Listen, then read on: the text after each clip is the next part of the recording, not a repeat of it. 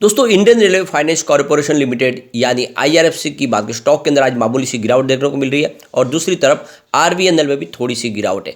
लेकिन ये दोनों स्टॉक पिछले दिनों काफ़ी ज़बरदस्त दौड़ चुके हैं, बहुत ही कम समय में लोगों को बहुत ही शानदार रिटर्न दे चुके हैं। अब ये थोड़ी सी यहाँ पे आप देख सकते हो प्रॉफिट बुकिंग की वजह से दबाव देखने को मिला है, लेकिन बजट के पहले ही यहाँ पे एक पॉजिटिव का माहौल फिर से बनता हुआ दिखाई दे सकता है और बजट के बाद तो यहाँ पे एक जबरदस्त तेजी का दौर शुरू हो सकता है। तो यहाँ पे अब दो ट्रिगर मिलेंगे, एक तो हमें बजट देखने को मिलेगा, दूसरा इनका Q3 का रिजल्ट देखने को मिलेगा। दोनों ही कंपनियां लगातार बहुत ही शानदार रिजल्ट दे रही है और पिछले कई दिनों से देख रहे हैं इनका प्रॉफिट और रिवेन्यू लगातार दुगना होता जा रहा है और ऐसे में देख सकते हैं कि यहाँ पे एक जबरदस्त तेजी का दौर शुरू हो सकता है। फिलहाल ये दोनों 2 डिजिट में, आने वाले समय में बहुत जल्द 3 डिजिट में भी जा सकते हैं। तो यहाँ पे बहुत सारी बातें जिनको इस वीडियो के माध्यम से डिस्कस करेंगे।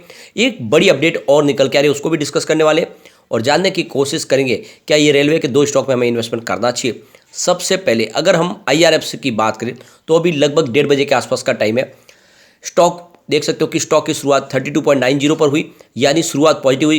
क्लोजिंग कल की 32.85 के आसपास थी, लो बना 32.65 का और इंट्राडे का हाई है 33.35 का। फिलहाल स्टॉक 32.75 के आसपास, जहाँ पे 0.30% की गिरावट है। और आपको ये पता होगा पिछले 6 महीने में स्टॉक ने ज़बरदस्त रिटर्न दिया, क्योंकि 20 के आसपास स्टॉक था 25 जुलाई 2022 को। उस हिसाब से लगभग 60% का इसने ज़बरदस्त रिटर्न दिया है। अभी आप देख सकते हो कि ये 37 तक भी जाके आ चुका है।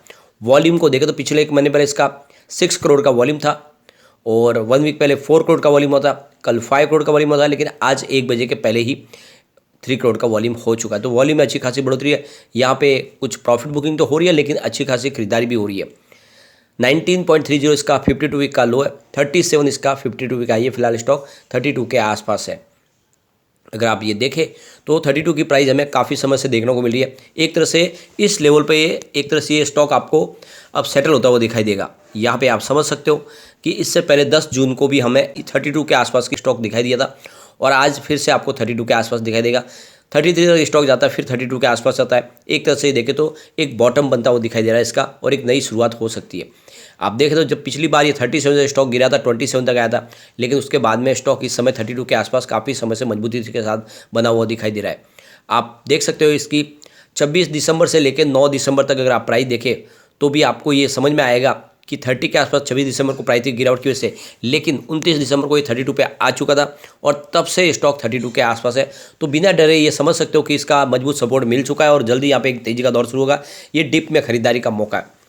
आप यहाँ पे देख सकते हो कंपनी की परफॉर्मेंस जो बहुत ही शानदार तरीके से बढ़ रही है। अगर हम बात करें मार्च 2016 में इसके सेल्स की, तो कंपनी का सेल्स मात्र 7,507 करोड़ के आसपास था, जो मार्च 2017 में बढ़ के 9,047 करोड़ तक पहुंच गया और मार्च 2018 में 9,267 करोड़ के आसपास पहुंचा, जो मार्च 2019 आते थे 11,134 करोड़ तक पहुंच गया। मार्च 2020 में इनका सेल्स 13,421 करोड़ तक पहुंच गया और मार्च 2021 में 15,771 करोड़ का टोटल सेल्स, जो मार्च 2022 में 20,299 करोड़ तक पहुंच गया और इस TTM 22,465 करोड़ तक पहुंच गया। तो आप ये देख ही सकते हो 2016 से लगातार सेल बढ़ रहा है। जो 7,000 करोड़ के आसपास सेल था वो 22,000 करोड़ तक पहुँच गया है, यानी 3 गुना बढ़ा है सेल्स। ऑपरेटिंग प्रॉफिट को देखें तो मार्च 2016 में जहाँ पे 7,468 करोड़ के आसपास था, जो लगातार हर साल बढ़ा और अभी 22,370 करोड़ तक पहुंच गया। ज़बरदस्त बढ़ोतरी हुई है। इसके अलावा नेट प्रॉफिट आफ्टर टैक्स को देखें तो आप देख सकते हो मार्च 2016 में जहाँ पे 849 करोड़ का मामूली सा प्रॉफिट था, यानी 3 डिजिट में प्रॉफिट था, वो लगातार हर साल बढ़ा और आप ये देख सकते हो अब ये 6,462 करोड़ तक पहुँच गया। ज़बरदस्त बढ़ोतरी हुई है पिछले 6 साल में, यानी जो 800 करोड़ का सेल जो टोटल का जो प्रॉफिट था वो 6,000 करोड़ को पार कर गया। तो जिस तरह से लगातार हर साल इनका प्रॉफिट बढ़ रहा है, ये इशारा है कि ये स्टॉक आने वाले समय डेफिनेटली एक बड़ा मल्टी बैगर बन सकता है, क्योंकि कारोबारी बहुत तेज़ी से बढ़ रहा है। अगर आप इसके फंडामेंटल देखेंगे तो वो भी बहुत ही शानदार है। मार्केट कैप 42,799 रुपीज़ का है, करंट प्राइस 32.80 है, लो इसका 19.30, हाई 37.10 है। स्टॉक का P 6.62 है, बुक वैल्यू 33.30 की है और डिविडेंड भी दिया 4.28% का, ROC 5.11% और ROE 15.8%, फेस वैल्यू 10। तो ये तो देख सकते हो फंडामेंटली कंपनी बहुत मजबूत है और इसमें इन्वेस्टमेंट आपको करना चाहिए। अब यहाँ पे बजट आने वाला है और बजट के बाद मुझे लग रहा है कि एक तेज़ी का दौर शुरू होने वाला है, क्योंकि रेलवे के लिए इस बार काफ़ी ज़्यादा अनाउंसमेंट होने वाला है। अब आरवीएनएल की बात करें, स्टॉक फिलहाल 75.60 के आसपास है, जहाँ पे 0.72% की गिरावट है। तो यहाँ पे आप देख सकते हो इंट्राडे में आज इसने 77.20 का हाई भी बनाया और वहाँ से प्रॉफिट बुकिंग की वजह से स्टॉक थोड़ा सा आपको नीचे आता हुआ दिखाई देगा। यहाँ पे आप देख सकते हो इसने जो लो बनाया था वो 64 का था और हाई 84 का है। तो इस हिसाब से अगर देखें तो अभी बीच प्राइस के आसपास है। पिछले 6 महीने में स्टॉक ने बम्पर रिटर्न दिया है। 31 के आसपास स्टॉक था 27 जुलाई 2022 को। अभी आप देख सकते हो इसने 145% का ज़बरदस्त रिटर्न दिया इस लेवल पे। आप ये देख ही सकते हो, एक बहुत बड़ी अपडेट निकल के आ रही है। 3 और नई वंदे भारत ट्रेन लॉन्च की जा सकती है और ये साउथ इंडिया के लिए होगी। तो जैसे धीरे धीरे आप देख सकते हो पूरे हिंदुस्तान में वंदे भारत ट्रेन शुरू हो चुकी है। तो यहाँ पे अब सरकार की तरफ से जो बातें निकल के आ रही है कि 3 और साउथ इंडिया को वंदे भारत ट्रेन मिल सकती है।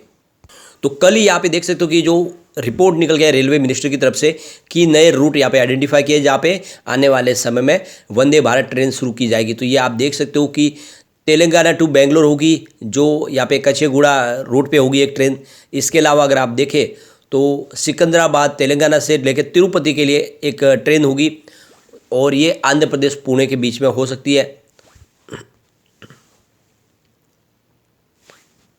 सबसे जो बड़ी बात है कि अब आने वाला पार्लियामेंट्री इलेक्शन आने वाले हैं 2024 में और उसकी तैयारी हो चुकी है और साउथ बहुत मजबूती के साथ इस समय बीजेपी का मिशन बना हुआ है और ऐसे में बीजेपी की तरफ से साउथ के लिए और सारी ट्रेनें यहाँ पे अनाउंस की जा सकती है। वैसे अगर आप देखें तो पूरे इंडिया के अंदर ही वंदे भारत ट्रेन लॉन्च हो रही है और सरकार आने वाले इसमें 300 से 400 वंदे भारत ट्रेन लाने वाली है।